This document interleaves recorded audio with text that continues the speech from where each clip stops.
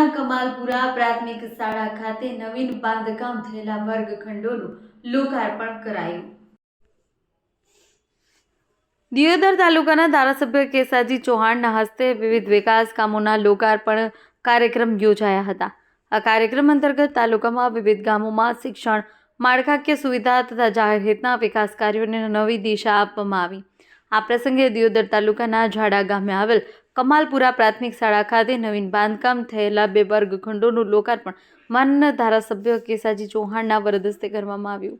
નવીન વર્ગખંડોના નિર્માણથી શાળામાં અભ્યાસ કરતા વિદ્યાર્થીઓને વધુ સુવિધાજનક, સુરક્ષિત અને શૈક્ષણિક વાતાવરણ ઉપલબ્ધ બનશે, જેનાથી શિક્ષણની ગુણવત્તામાં નોંધપાત્ર સુધારો થશે। લોકાર્પણ કાર્યક્રમ દરમિયાન માનનીય ધારાસભ્યએ વિદ્યાર્થીઓને શુભેચ્છા પાઠવી અને શિક્ષણ ક્ષેત્રે સરકાર દ્વારા કરવામાં આવી રહેલી પ્રયાસોની વિસ્તૃત માહિતી આપી।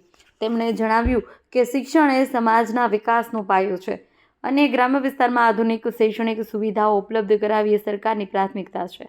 કાર્યક્રમમાં સ્થાનિક સરપંચ, શાળા સંચાલન મંડળ સમિતિના સભ્યો, શિક્ષકો, વાલીઓ, ગ્રામજનો તથા કાર્યકરો મોટી સંખ્યામાં હાજર રહ્યા હતા।